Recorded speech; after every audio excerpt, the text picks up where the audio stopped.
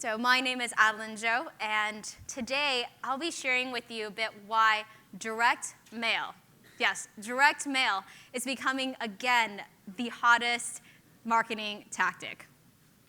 So with that, this is a quick overview of what we're going to talk about today. First, what is direct mail? Giving an overview of the different components, including the list, the offer, and the creative. And then finally, testing and optimization. Things that I have tried and worked and failed, so that you, should you try to do direct mail, can bypass all that and get amazing results on your first go. First, why direct mail? Well, a little bit of background about myself. I've been in marketing for over a decade. Started it at Amazon, Eventbrite, and Nextdoor.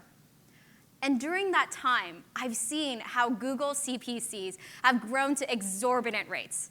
I mean, one of the clients I was working with had CPCs of $12 per click on a keyword.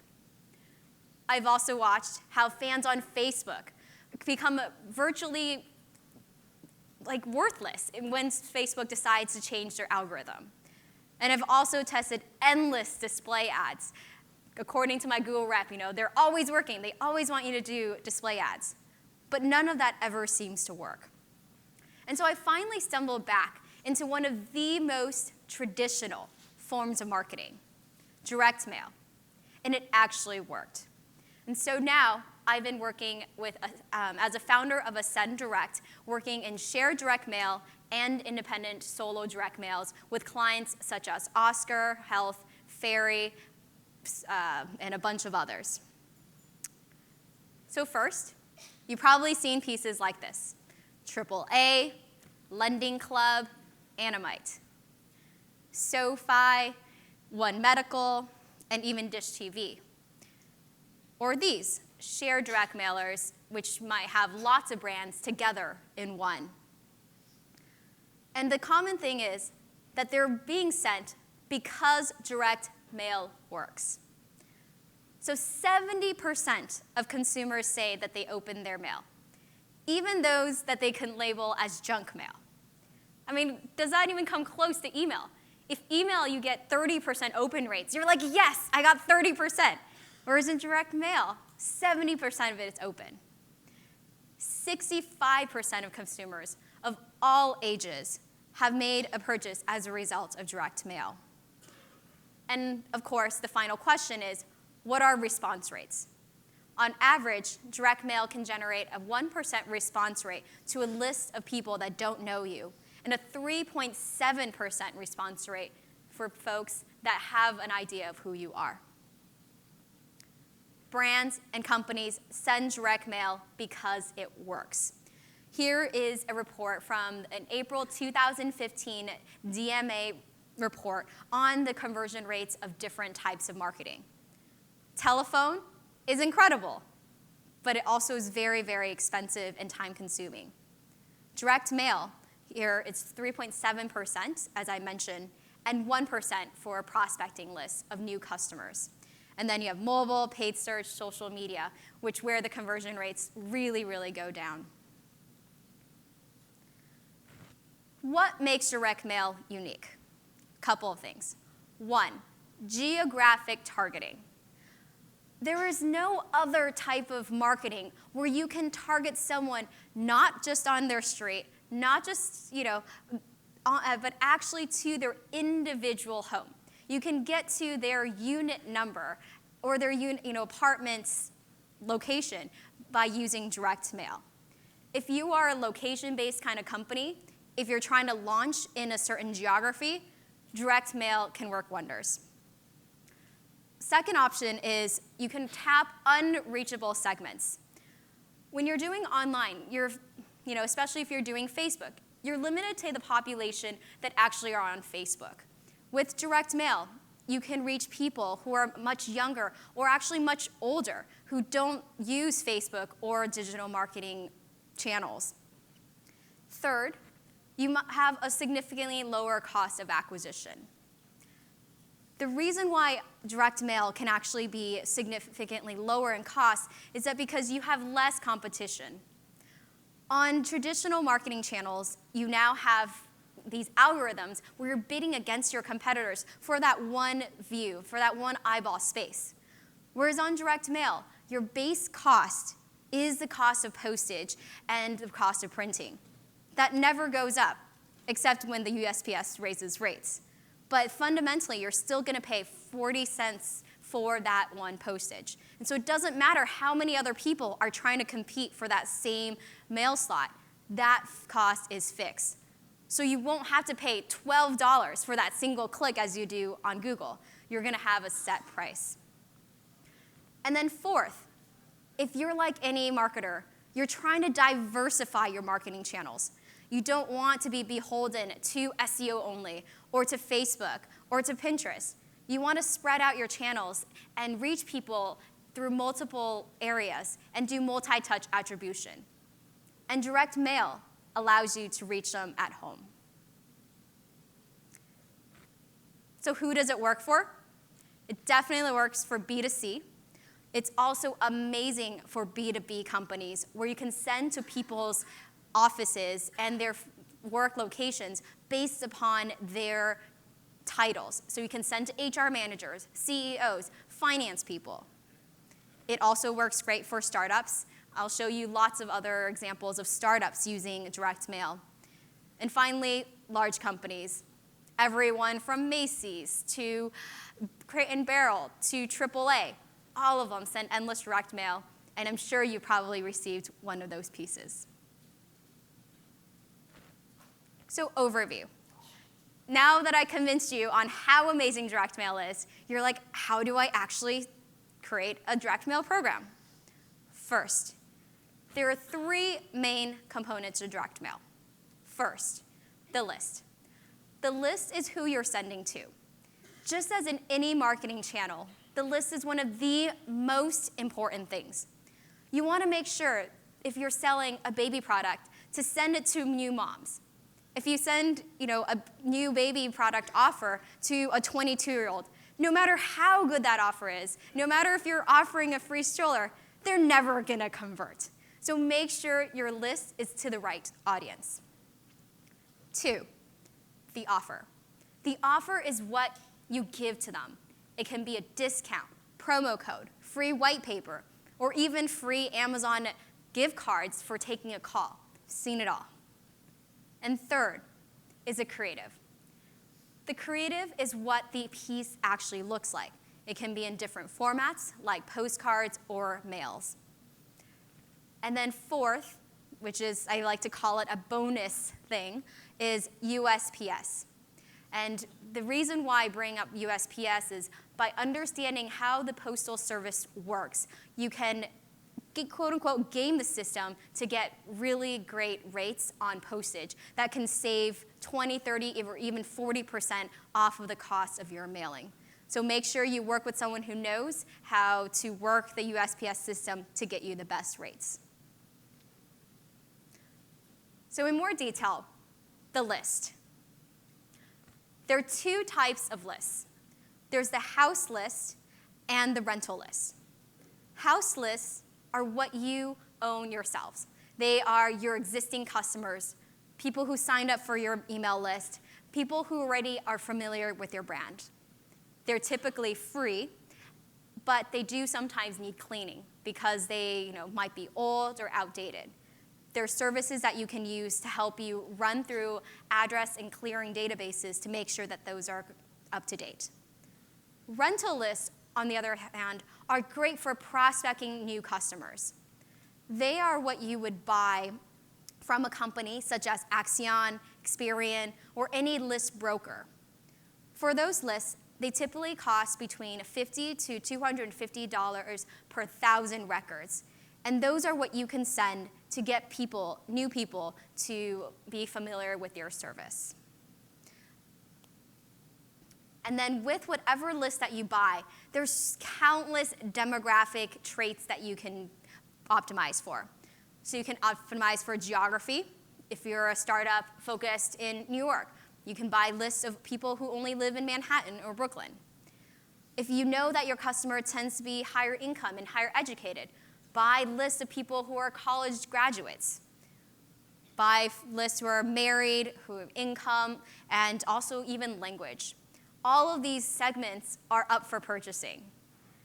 And sometimes, even as a marketer, I'm like, oh my gosh, I can't believe people know all this about me and know where I live. But the information is all out there, so if you want it, you can go to one of those brokers to buy it. These are also very common triggers that are great to purchase. One of my favorites is actually new movers. New movers are big, big spenders. Whenever someone moves to a new location, they want to find out the new dry cleaners, the new restaurants, new furnishings for their home, new beds. All of that is a great, great target segment to reach out to with direct mail. And direct mail is one of the best ways to target this audience. For example, I actually tested when I was at Nextdoor a Facebook piece on new movers. So I went on Facebook, selected recently moved, and then I did a piece of direct mail. Facebook, unfortunately, failed. It didn't work at all. It didn't even work as well as a normal creative, whereas in new movers for direct mail was incredible returns.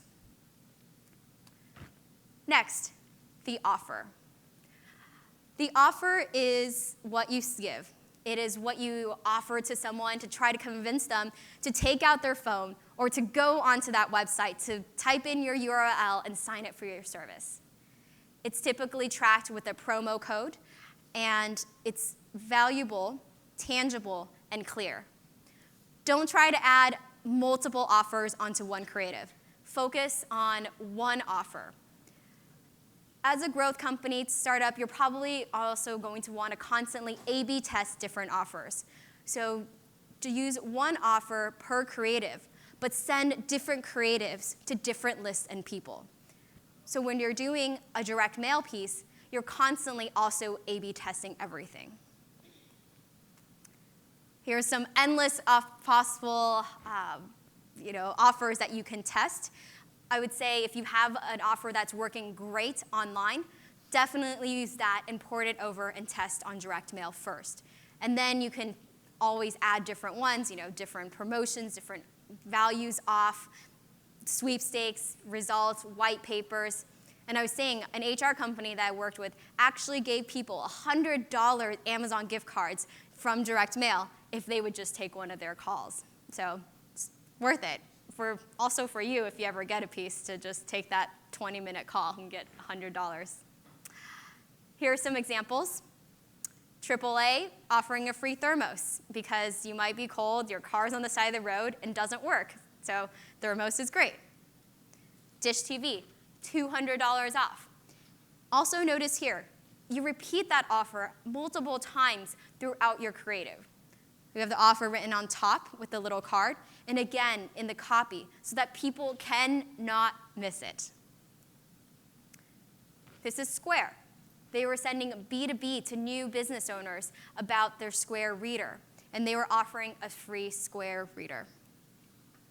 And here, another company offering free information kit. So all of these companies had a different type of offer, totally ranges a gamut, and depends on what works for you as a company. Third, the creative. This is where I think most companies sweat the most. They probably spend a lot of time getting it perfect and beautiful. While the creative is important, I would say focus first on the audience and then the offer. And only third, focus on what the creative actually looks like. Here are the 4 main types of creatives. You have postcards, which are the small 4x6. You have the self-mailers, which are these folded cards that usually have a tab that closes them on the bottom. The letter packs, which you've seen tons of. And then shared mail inserts. And that's one of the things that we do at Asend, where we bundle lots of different companies' offers together into one so that we take care of all the handling, the managing, the printing, the data, so that it's faster, easier for you. Here, tested them all. Examples of postcards from Animite. Self-mailers from Wells Fargo. SoFi, here's a letter pack. And then this is a shared mailer. We have multiple offers in one. So testing and optimizations, what worked? So tested everything, and the 6 things that I found work were, 1, targeting a demographic list. Goes back to the targeting. So important. Cannot emphasize that enough. 2, real postage stamps. 3, personalization. 4, handwriting. 5, promo codes with expiration dates. And 6, format and layouts. So details there. Targeted audiences. This is an Animite piece for new movers. If you look carefully, this entire piece is targeted to someone who recently moved. It mentions welcome to the neighborhood, as well as what's hiding in your new home. So like I said, find that targeted demographic list that fits who you're trying to reach, and really test that, because that is going to be one of the fundamental pillars of direct mail, of what works. Next, postage types. I found this really funny and interesting. As a consumer, we're savvy. We get so many pieces of direct mail these days. We're like, what is junk and what is not? When you have a indicia, which is one of those stamps that the USPS Post Office puts on, there's actually lower open rates. People learn to recognize that is, a company, something corporate. But if you actually put on a real postage stamp of a cute little Indian, and a pilgrim, especially during the time of Thanksgiving, people are way more likely to open that because it seems more personal. You can take that theme, and during the winter holidays, put on a snowflake postcard, and during the spring, put on a flower, and summer, do something more summer-themed, and that works. Personalization. Personalization is not just for the web. It's also for direct mail. Here is an example of how Open Door, one of the leading home companies where they will buy your home literally on the spot for a certain amount of money, sent people postcards that actually said how much money, down to the dollar, that they were willing to buy your house for.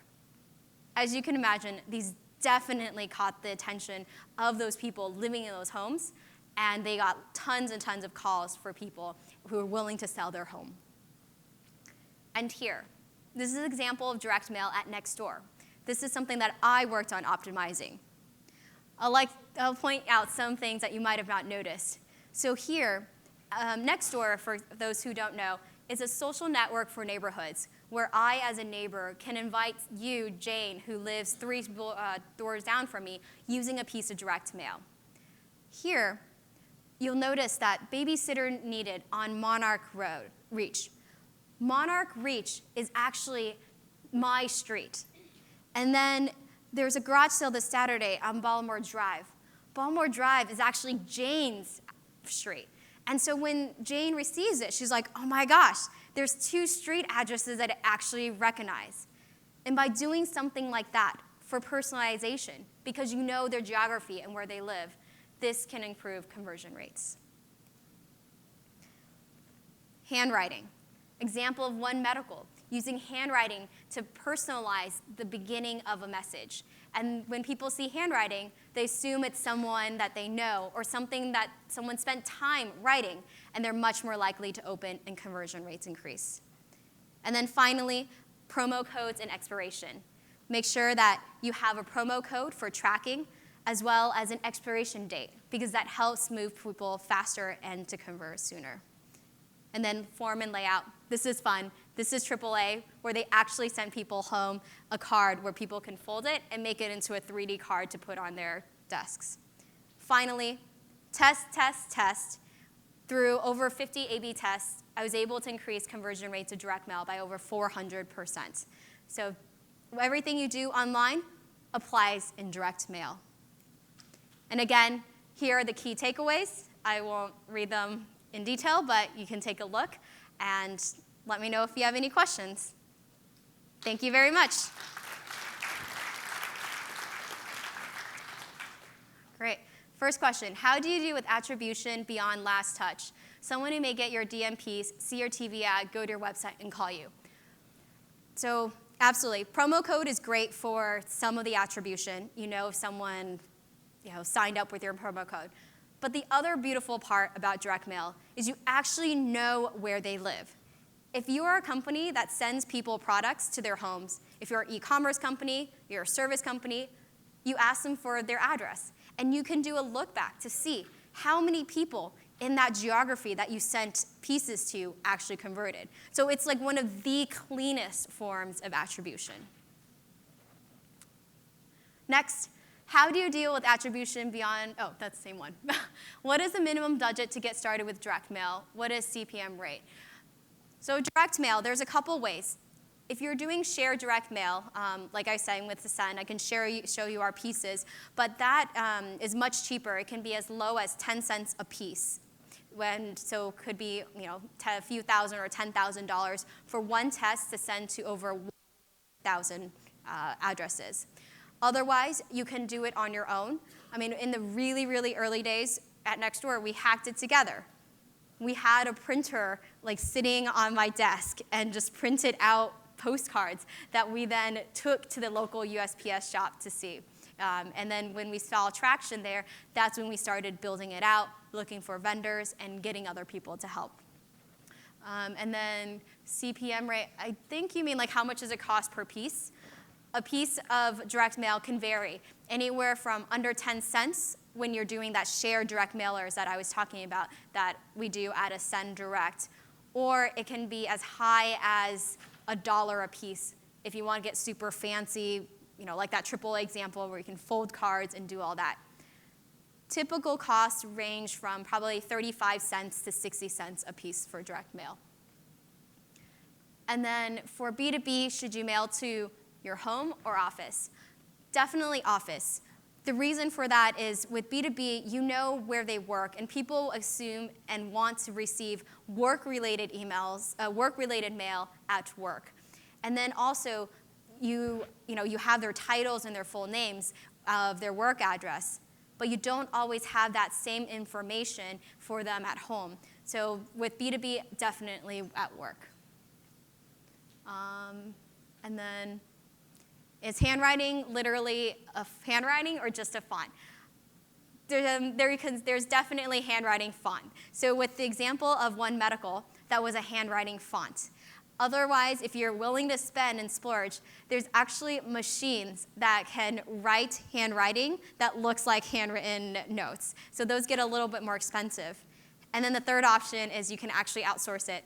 I know people who send pieces out to Mexico and Vietnam and have people actually handwrite them. Those are especially useful if you're doing sales and every customer is worth a lot to you, so you're willing to spend the $2, $3 per piece to customize those handwriting pieces. Okay. Okay. What are your thoughts on USPS's new augmented reality functionality? I'm not sure I know this one. Can someone clarify what they did? Okay.